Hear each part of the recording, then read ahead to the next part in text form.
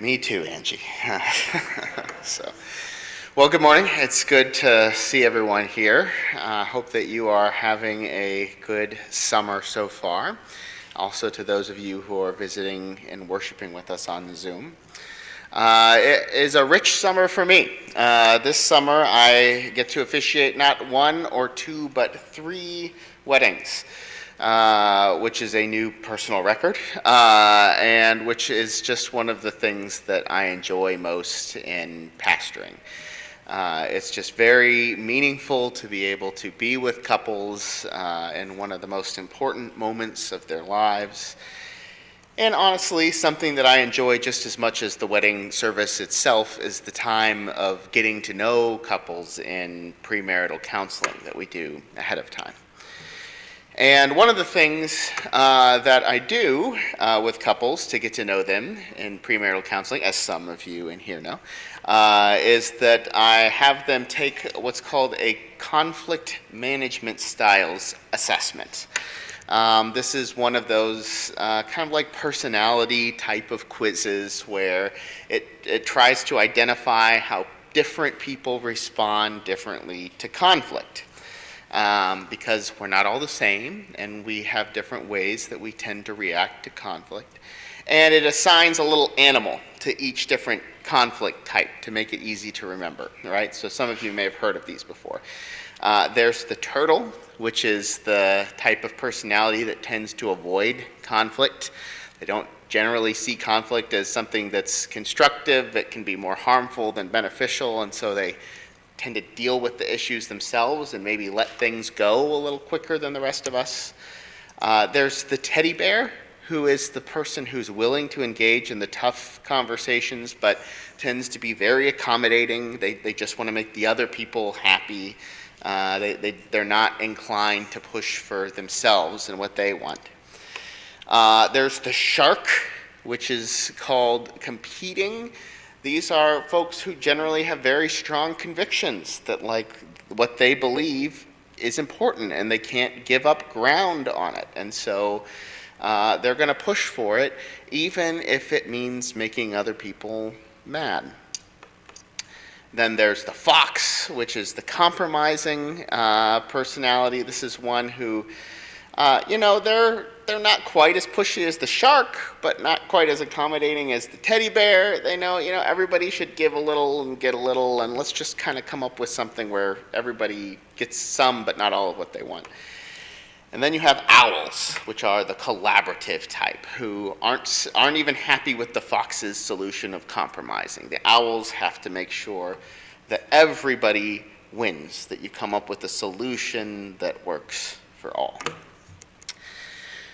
Now, according to the way that this is described in all the literature, these are just 5 different but equally valid types. And, they all have strengths and weaknesses. They might be useful in different situations.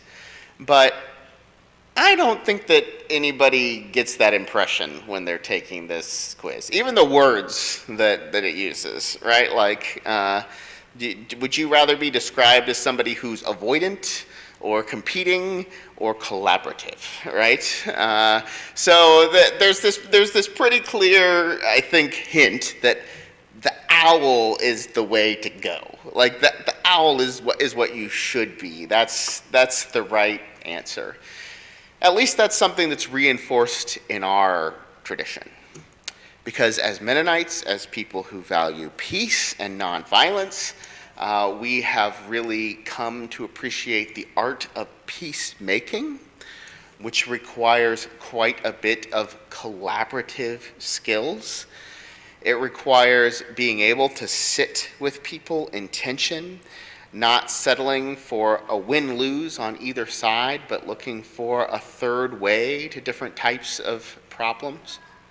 It encourages a kind of discernment process that isn't just a simple majority rule or that's authoritative and authoritarian, but one that is consensus-oriented, in which you can get everybody on board. These are all very owlish characteristics. And I'd like to think of myself as an owl, as a matter of fact, which I find that actually most people do. The majority of people who've taken this quiz have scored as an owl. And I wonder if that's, even in my own case, partially because that's what we aspire to be more than what we are. If you talk to Brittany, she might think that I'm a different animal. So if you do that, just do it when I'm not around so it doesn't hurt my feelings, right? But perhaps it is because I am an owl, or at least I aspire to be an owl, that, like Angie, I have a hard time with this passage. The book of Titus is not a book that I particularly like. It's one I've never preached on before. This passage in Titus is not one that I am comfortable with, because it seems to be giving turtle-ish advice about avoiding things. And that's not what I'm accustomed to hearing, right? It says, but avoid foolish controversies and genealogies and arguments and quarrels about the law, because these are unprofitable and useless. And the owl in me goes, like, what are you talking about, right? Because one thing that I say in premarital counseling that I'm sure I've said from the pulpit is that conflict doesn't have to be a bad thing. Arguments aren't always bad. They can be constructive. It's a time when you can learn from one another. Controversy isn't necessarily something that we have to avoid. And I think it particularly is hard for me to read this when it talks about quarrels about the law. Because I know what it's referring to there is different interpretations of the Bible. And it makes me think of people in my past who have said things like, well, I don't even know why we're debating this. The Bible is very clear. This is right and this is wrong, and any perspective that doesn't agree with mine is just unbiblical. That stings. Something in me just really has a hard time hearing that. But I think it's worth noting that this passage is not suggesting that all controversies and all arguments and all discussions about the law are unhealthy. The emphasis is on foolish ones. Avoid foolish controversies and genealogies and arguments and quarrels about the law. And this is the lesson that I think owls in particular really have to learn. That not every argument is at the level of a peacemaking, conflict resolution kind of importance, right? Yes, if there is a family feud and it's getting really intense, you're going to want to have an owl type of person, or at least owl skills, to come in there and try to work through it. If it's family movie night, an owl might drive you crazy, spending an hour just trying to get everybody's perspectives and find something that works for everyone, you know? Just pick a movie, right? There is a tendency for some of us who have even these gifts and skills to not be able to let the small stuff go. And that's not the only time when it can be unhealthy to act like an owl. There are times when you're in a conversation or an argument with somebody and the people are just so worked up. The psychologist might use the term flooded. They're so emotionally flooded that they're just not in a place to communicate. And you have to give some space and allow for that. There are, unfortunately, some people who, when they're in conversations and debates, they're not really engaging it in a constructive or open-minded way. And so continuing to engage in something that becomes toxic ceases to be something that's productive. Sometimes the right move is to avoid a foolish controversy. But the question is, how can you tell when something is foolish? Because it's not necessarily black and white, right? There are some situations in which I might think that a conversation is important or productive, or that I'm being sincere, and somebody else might say, no, you're not, this isn't going anywhere, and they might be dismissive of it. So how are you supposed to deal with this tension?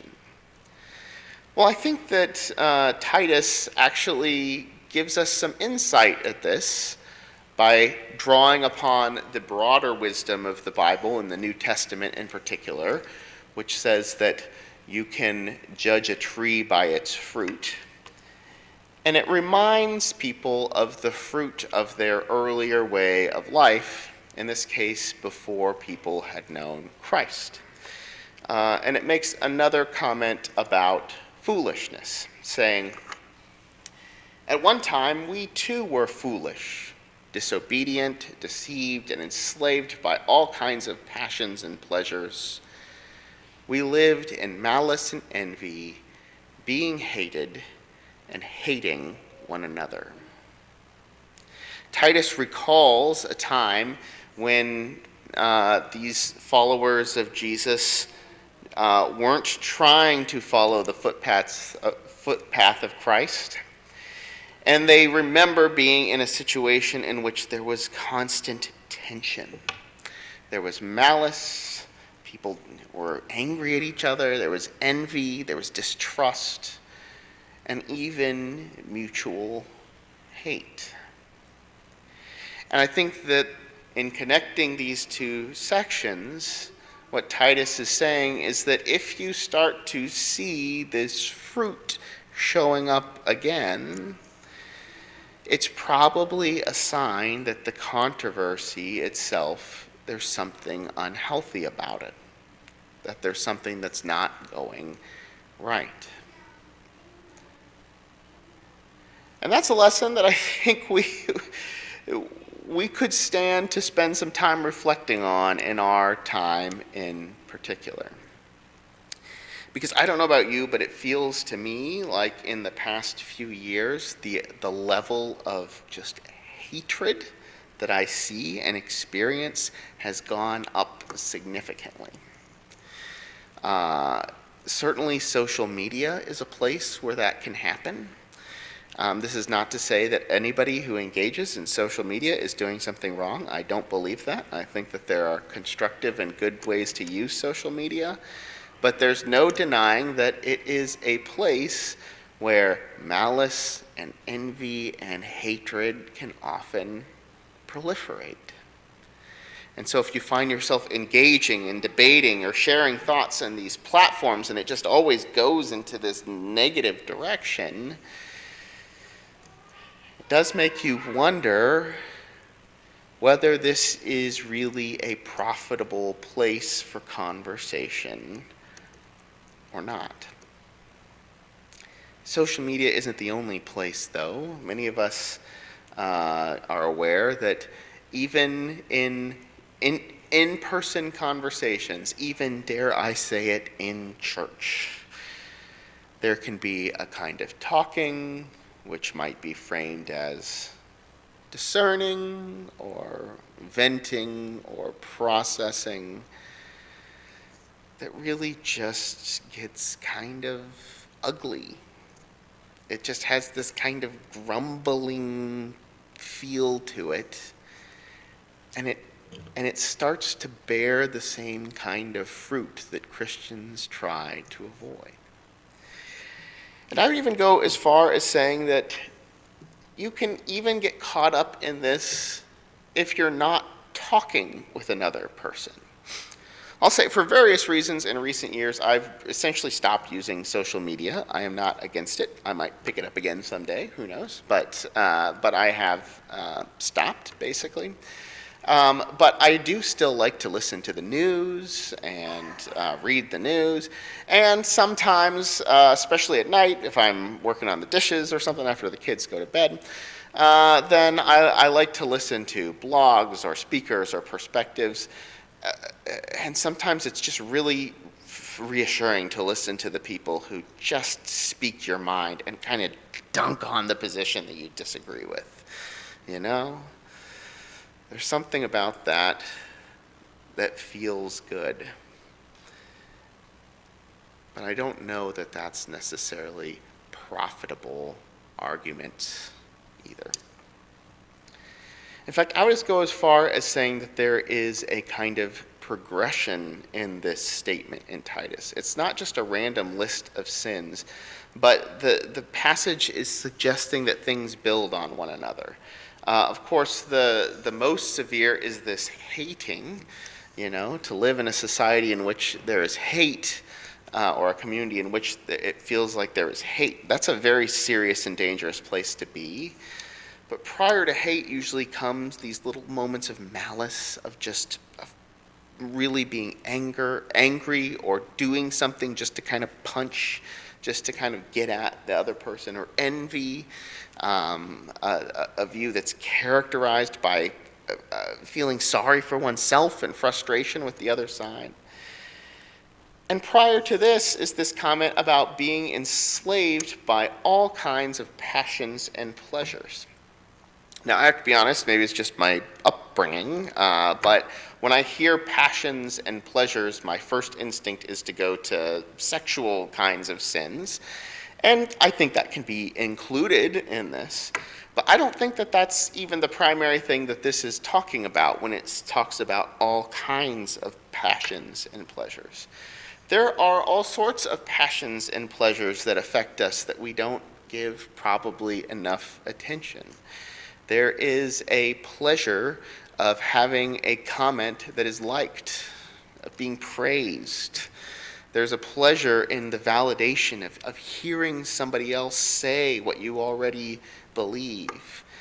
There is a kind of pleasure even in controversy, in watching a kind of argument. There are things that can draw us in to this.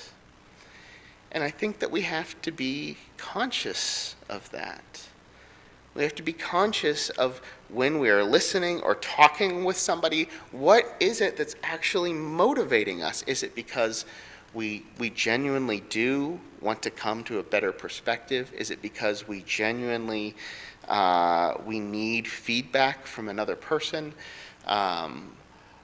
Or is there some kind of a passion or pleasure that's not healthy that's driving us to engage in that? Ultimately, this passage, it says that when people are talking and acting this way, it's because they're deceived. I think that if you go far enough beneath the layers of all of the hatred and vitriol you see on the internet and everywhere else, you do find just a lot of ignorance. People who just are not aware of another perspective, who are reacting to forces bigger than them. But I think by being paired with disobedient, it suggests that there's still some responsibility in it. It's a kind of willful ignorance. It's more comfortable to be in these spaces of festering self-righteous rage than in a place where you acknowledge that maybe I don't actually have the whole story. And there's a call to something else, to the hope that we hear. That when the kindness and love of God, our Savior, appeared, He saved us, not because of the righteous things we had done, but because of His mercy. That should be the overriding characteristic of our conversations and our discernment and our wrestling. It's not self-righteousness, but mercy. Mercy. I'm saying this aware that we are engaged in anti-racism conversations at Shalom, which I do believe are important. The leadership at Shalom is currently thinking about how we can enter a second phase of our sexual orientation and gender identity discussions, which I believe are important. But I also want to acknowledge that these kinds of conversations can go off the rails into a place that's not constructive. And we have to be aware of that. Sometimes we might need to take a bit of turtle advice and take a step back when things seem to be getting toxic or unhealthy. We need to be checking ourselves and considering the motives that are driving us. Is it a need to win? Is there a desire to actually learn? Are we continuing to renew that commitment to humility, to the possibility that I am wrong and need to grow and need to be challenged? And sometimes, even as Titus acknowledges in the hard verses at the end of this chapter, we have to acknowledge that there might be people who are not going to be persuaded by our owlish skills. And that's not necessarily our job, is to save or convince everybody. Because what saves people is not our intelligence or our communication or our problem solving, but the mercy of Christ, which alone is capable of convicting hearts and changing minds. And yes, which can work through people and processes, but ultimately belongs to God and not to us. So let us pray in our own personal lives, in what we consume, in what we read, in the way we talk, and in the way that we discern together as a church. That we can not fall into the kinds of controversies that are unprofitable and harmful and useless, but that we can be a people who really reflect Christ.